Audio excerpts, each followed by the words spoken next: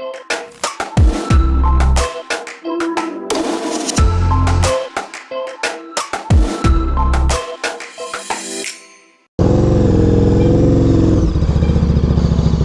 right, away we go.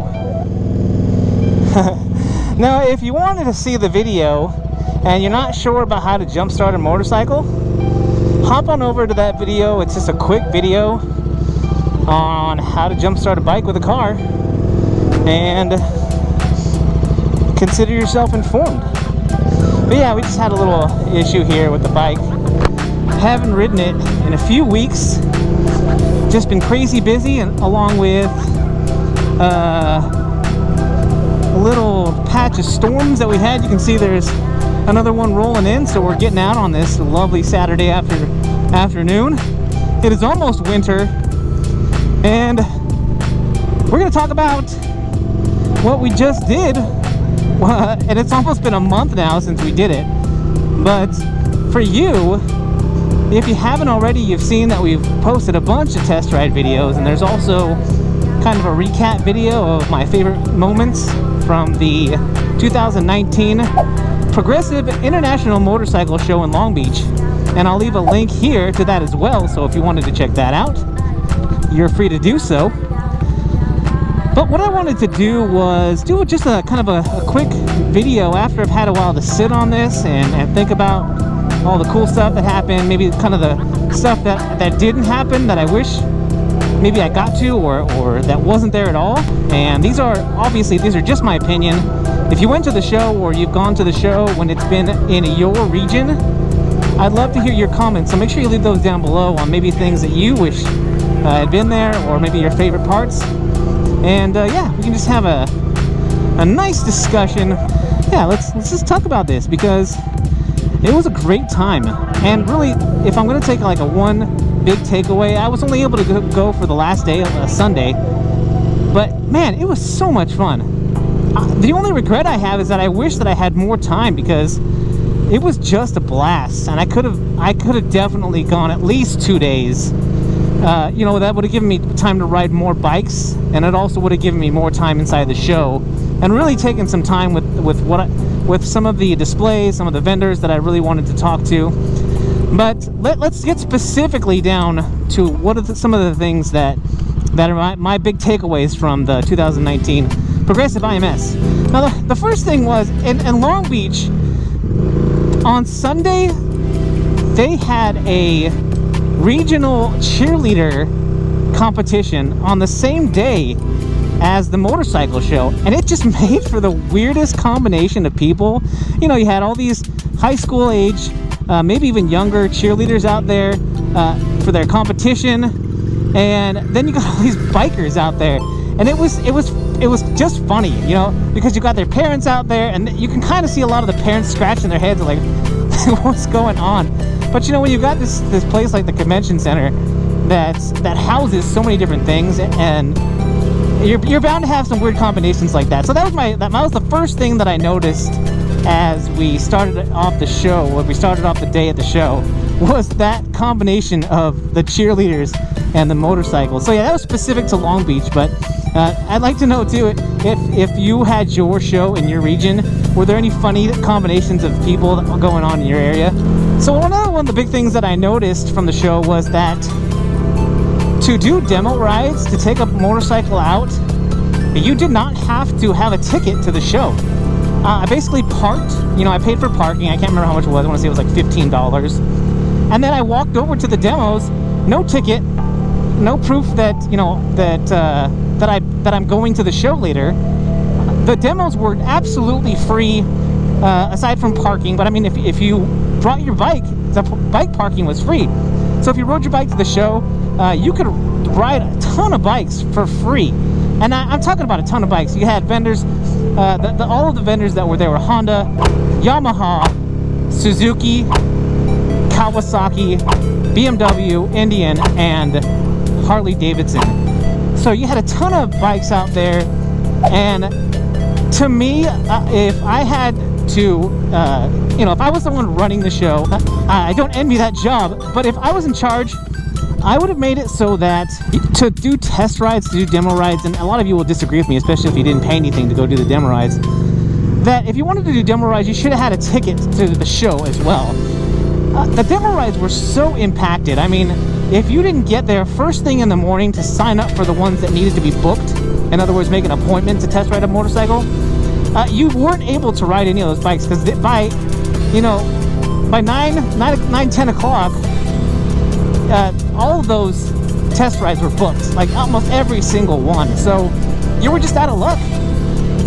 If you wanted to ride Kawasaki, if you wanted to ride Suzuki, if you wanted to ride Honda, all of those, and BMW, if you wanted to ride any of those bikes, you had to have an appointment, and if you didn't get there early, you couldn't make it. So I think maybe to alleviate that just a little bit, and I think, you know, the show would have made a little bit more money, because I think people would have paid money, and whether they went into the show or not, they could have bought a ticket and then been riding bikes all day. But still, you know, the show could have taken away some more money, and I think that it would have made the demo rides a little less impacted. And this is just my opinion, because I paid for a ticket and I didn't get to ride all the bikes that I wanted to. You know, obviously I rode a lot of bikes and I'm totally happy, and this isn't to whine about how it went or anything like that. I'm totally happy, but again, I think that it could have been done slightly differently and maybe a little more effectively. So moving inside into the convention center to the actual show, one of the things that I noticed was that Harley-Davidson had their two main future bikes, the Pan America and the Street Fighter, inside these giant glass cases.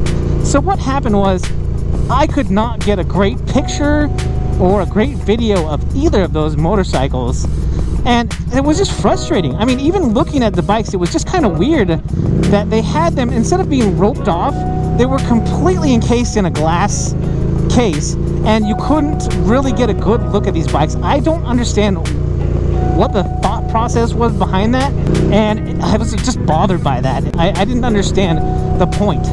Now, as far as people who hit it out of the park in their displays inside the show, I really thought BMW and I really thought that Ducati did a really good job in their displays, in their employees or their associates on hand to answer questions. Honda had a really big display too, but you know, BMW had the Concept R18 and Ducati had the Street Fighter, the V4 Street Fighter, available to look at. The Concept R18 you couldn't sit on, but it was there and it was very popular. Lots of people always around that bike trying to get a good look at it, and everyone wanted to sit on the V4 Street Fighter. You know, these were great displays. They had lots of employees on hand to answer questions, you know, and to, you know, just hype the brand. And I thought that they did a really great job, those two brands specifically, Ducati and BMW. So big kudos, big hats off to them for really doing a great job with the International Motorcycle Show. BMW also did a great job in that I think they had the most models available to ride, and that, along with the fact that they take the most time to make sure everyone's going to be safe, everyone knows, you know, what the rules are, and then you took just an amazing test ride. You know, it was the longest test ride and it was the best route easily, and I was just really impressed with BMW all the way around. You know, if there was going to be a winner of the show, in my opinion, I thought BMW definitely won the day. And surprisingly, Triumph was a no-show. I didn't see any Triumph motorcycle display, and obviously they weren't there to test ride their motorcycles. So that was a little bit disappointing that Triumph was a no-show. So I really thought Harley would have done better to, you know, they had all of their bikes out there to sit on inside the show, but I would have really thought they would have done themselves less of a disservice if they had displays more like BMWs and Ducati. I really, like, again, for Harley being such a big name in motorcycles, I thought their showing was not great. Again, Ducati, man, they had, not only did they have the Street Fighter, the V4 Street Fighter available to sit on, they had the display, the display on the motorcycle up, so you could see, you know, how clean and crisp the display was, and, you know, all of the details that were available for you to look at on that display. You know, I just thought Ducati really did a great job. I did not get on, like I said, I did not get on Kawasaki, Yamaha, Honda, or Suzuki, but I did get on a BMW, which was one of my, again, it was one of my favorite rides of the day. And I preferred the more organized rides to Indian and Harley Davidson's approach, whereas they were just kind of like follow the arrows. For one, the arrows weren't completely apparent, so if you're out there by yourself and you really didn't know where you were going, you know, it wasn't the best approach. And the other thing about following the arrows was that, you know, if you got lost, then, you know, then you really didn't know what to do. And I actually did get lost one time. It was, and even though I wasn't familiar with the area, I did find my way back fairly easily, so that wasn't a huge deal. But I preferred, you know, having a group and having a leader. And really, the dealers who had groups went on longer test rides as well. And I just preferred that. I know that it meant limiting the amount of test rides that they could do. And I know for sure that some people would take those bikes out on the more liberal brands, Indian and Harley, who were just letting people take bikes out. I'm sure people went out, took longer, you know, pulled over, took pictures of the bike. But at the same time, you know, I guess I'm a stickler for rules. And also, if I was to do that, that meant taking time away from other people who wanted to ride that bike. So, you know, I don't think that's exactly fair to people who are waiting. So, anyway, I just preferred the more organized approach. Did that mean less test rides and less people? Period. Getting on those bikes, sure. But at the same time, it was nice to know that when I had an appointment, I could go into the show, I could go test ride another bike, and come back when it was my turn. So I preferred that over the Indian and Harley approach, which was kind of a free-for-all. But the last thing I'll talk about is purchasing your ticket to the show. If you want to, you can purchase a VIP ticket, which will get you into the show. I believe it's half an hour early. I did purchase one of those tickets, and I think they were only like $5 or $10 more expensive than a regular ticket. But I didn't go in early, so I didn't make use of that. So I would say if you're buying a VIP ticket, make sure you have it all planned out so that you can make use of that extra half an hour earlier on. And the other thing I would say is, if you want a great souvenir from the show, go buy a t-shirt with your ticket. It's only $5, and all you do is when you go in the door, there's a little section where they scan your barcode for your t-shirt, and then you get into another line, and all this went really quickly. It took less than 10 minutes. It was more like 5 minutes. And you scan your ticket, you get your ticket, you take it over to the other counter, and you get your t-shirt. It's really easy. It's $5, and you know, I think about when you go to a concert and you buy a t-shirt at a concert, it costs like, what does it cost, like $35, $40 now to buy a t-shirt. I just thought it was really cool, and I thought the design was really nice this year, and I thought the message as well, the Riders Unite design, was just really cool. But guys, those are my big takeaways from the show. I'm sure I missed something because it's been a few weeks, but I did write these notes down shortly after I went to the show, so I knew that I could hit the things that I really thought about after I went. But if you have any questions about the show that you'd like me to answer, I'll be glad to do that for you.